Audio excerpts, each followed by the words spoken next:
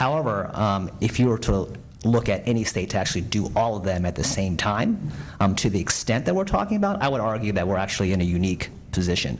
And yes, I would agree that certainly, I mean, in some respect, passing the legislation is the easy part. The implementation is the part that's a little more challenging, and it's going to take some time for all of these initiatives to bear out. But I think what we have learned from other states is when they do attempt any of these initiatives in isolation, that's been the shortcoming, right? You know, one state will say, you know what, if we just make sure there's vouchers, that will change the system. If we just make sure that there's great teachers, that will change the system. If we make sure that there's more money for schools, that will change the system.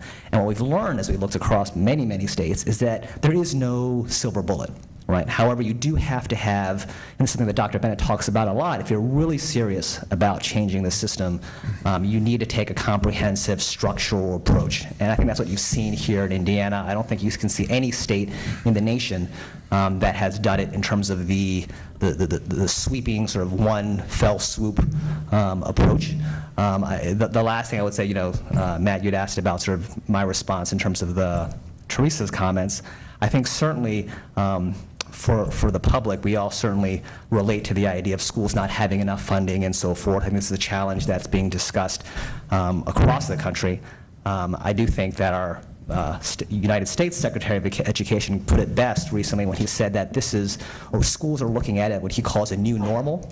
When it comes to funding for schools, we're just not going to get back to a situation where we have the abundant resources that we've had in the past. So then the question becomes, okay, well, do we throw up our hands and say, well, we're never going to get that funding, so that's it? Or do we say, you know what, do we take the dollars that are available and try to leverage that to the maximum? I mean, actually, if you look at Indiana in terms of the funding that was put into the, you know, most recently in terms of the budget, I mean, more than half of the state's budget goes in education. We actually have the highest proportion, if you look at that, than any other state I mean, in the union.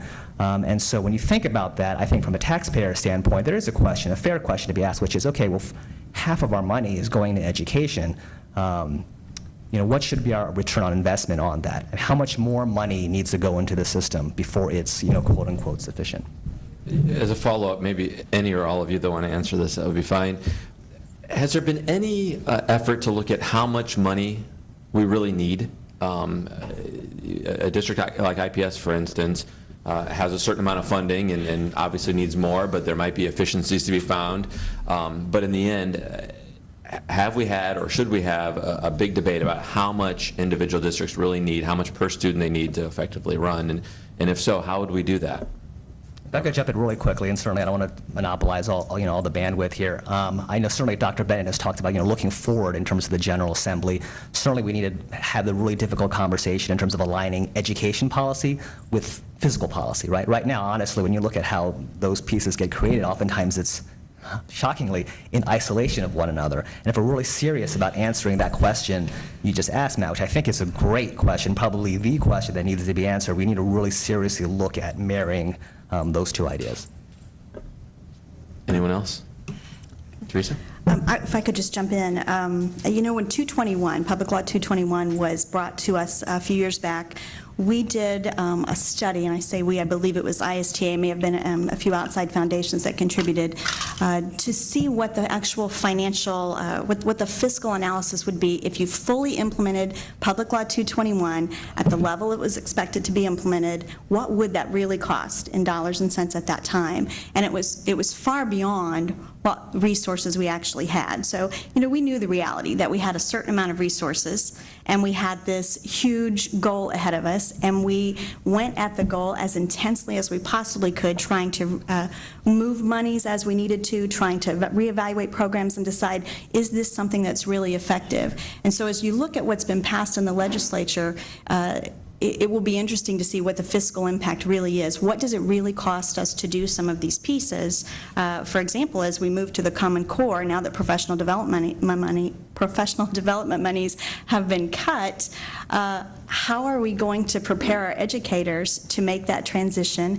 How are we going to make sure that all of our new educators coming in understand that we've made this shift? So there are going to be tremendous challenges, and I don't think it's as simple as slicing up the pie in different ways. I think we have to look at the programs we have in place, look at the research that's there, see what works and what doesn't, and knowing that times are tight, right. I don't understand why we are taking dollars and creating new programs when we ought to be looking at the programs we currently have and deciding what's working, and if something's not working, why isn't it working, and what do we need to do to fix it, and if we can't fix it, then we need to move on and find something better. And so I really, I suppose, am offended by the notion that we can just switch around the monies and create some new programs outside of public schools, and that's going to fix it all. It's just absolutely not. Man, I think before we can answer your question, we have to define what would be the kind of program we want for our children. See, before you look at what you're going to pay for, you need to identify and define what it is. I mean, what does this cost? Do we want our children to know a foreign language by the time they get to second grade? Because that costs a certain amount of money. Do we want kids to have a certain awareness of mathematics when they get to a certain grade level? That costs a certain amount of money if you're going to get all the kids there. When you look at the percentage of money we spend in this state for education, it is a good commitment. However, when you look at the fact that we have started new initiatives like Teresa said, the voucher, what have you, and we don't have early childhood education. We're the only state other than Mississippi, east of the Mississippi, without an early childhood education program. And yet we're compared to states like Florida and other states that have these kind of programs. People like to talk about poverty. When you talk about poverty, people know that many kids end up in special education, not because they're cognitively deficient, but because they're not ready for school. They're not ready because they haven't had the availability of resources, experiences to get them ready. So they come like they are cognitively behind when, in essence, experientially they're behind. So how do you overcome that? Well, you try to put something between their home or environment and their school, and what you put there is early childhood education. And we always talk about research, and now we know how the brain works. And like your son, Reed, I guarantee you, you're going to know from birth to 2, you will know everything he should be able to learn, and you'll give him those opportunities. From 2 to 5, you will know that Reed could be speaking several languages when he goes to kindergarten. It's not if he can do it, the answer is yes, it's how do you teach him. When I go to my dentist's office in Cornwall, I can't get up the driveway for the Goddard School being packed.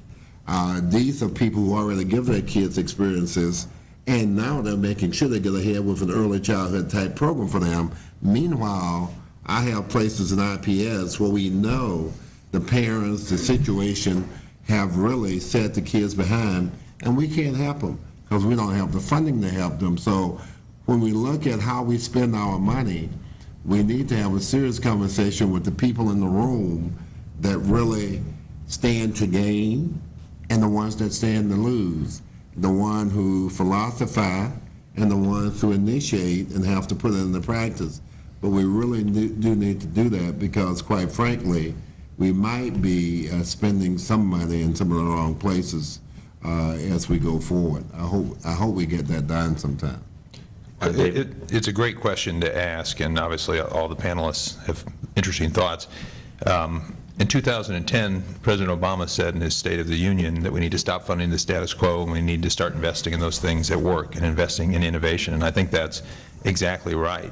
And I think Dr. White is correct that we need to have a robust conversation about what we do invest in.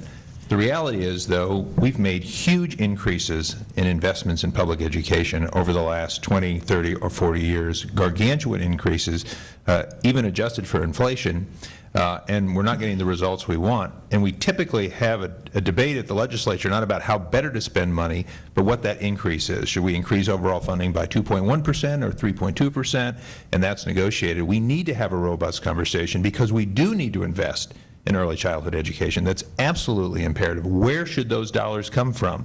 There are other things we need to invest in. I think there are great programs that are bringing great talented young people into our community, like Teach for America and the new Teacher Project, that should get robust public investments along with the private investments they're getting. So but I think what we need to do is have that debate, and we haven't had that debate at the state level. It's always been about how much the increase should be, and then fights over should it be growing districts or declining districts, urban, suburban, rural. Let's have a debate about what it is that we want to invest in and how to do that. Where should those funds come in? Should they come out of certain programs? Is there excess bureaucracy in districts that could be shifted into early childhood education? What other things are critical for us to invest in? We haven't had that debate, and we need it. I'll throw this maybe to Teresa. I know you work at the State House quite a bit, or Dale. Are we capable of having that kind of debate? Any debate about education funding at the State House seems difficult. That kind of conversation that David talked about, is it possible? I believe it is, but I believe it is in the local level, because what Dr. White needs for his community may not be what Washington, Indiana needs. What you might need in Fort Wayne may not be what Noblesville needs, or what Gary, Indiana needs may not be what Southwestern and Shelby County needs. So the discussion about the kinds of programs has to be a local discussion. And then by the time it gets to the state level, yes, there is that discussion, that need for discussion to determine how you're going to fund what's going to work. I think part of that discussion can be programs, but when you have that discussion, it's crucial to keep the people involved in the discussion that actually have to implement whatever it is that you're going to do. The reading plan, for example, that was brought out last year, when you don't include the voices of the people who have to implement the program, when you don't actually look at what they're sharing with you and the data and what the data says about a plan like that, then it's very difficult to move that plan forward. It's as if you're ignoring all of the facts, the real facts about how things are going to be done. So the only problem I have with the discussion at the state level about specific programs is one size does not fit all. You can't make a blanket program, legislate it, and make it work. It just doesn't work that way. You've got to look at the individual communities and have that discussion within the budget, but perhaps there are specific parts of the budget that could be maybe discussed more through grant pieces of the budget or something along that lines. Maybe Dr. White could offer some insight as to the variety of communities and how we ought to be having these conversations. I mean, if I could add, I definitely agree that certainly when it comes to this discussion, where most importantly needs to happen is locally.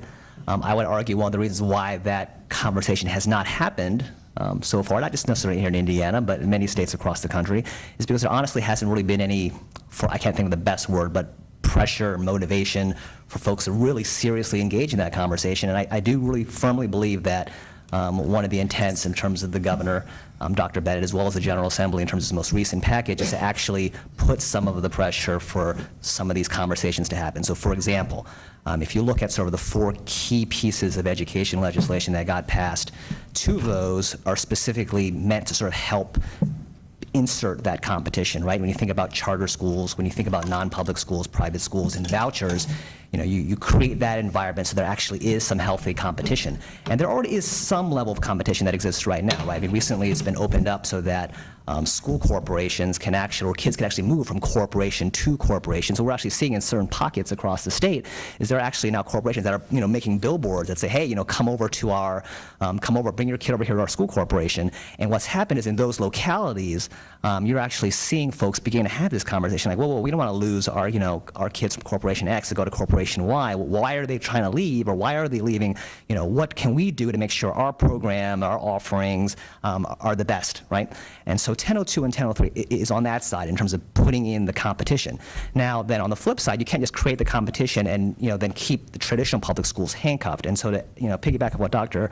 White said earlier in terms of they're looking at 575, and that's the collective bargaining piece. When you look at collective bargaining and teacher quality, removing LIFO or last in, first out when you're talking about teachers or reduction in force, the spirit behind that is, okay, now we've created the competition, now we want to make sure that traditional publics can actually compete. And so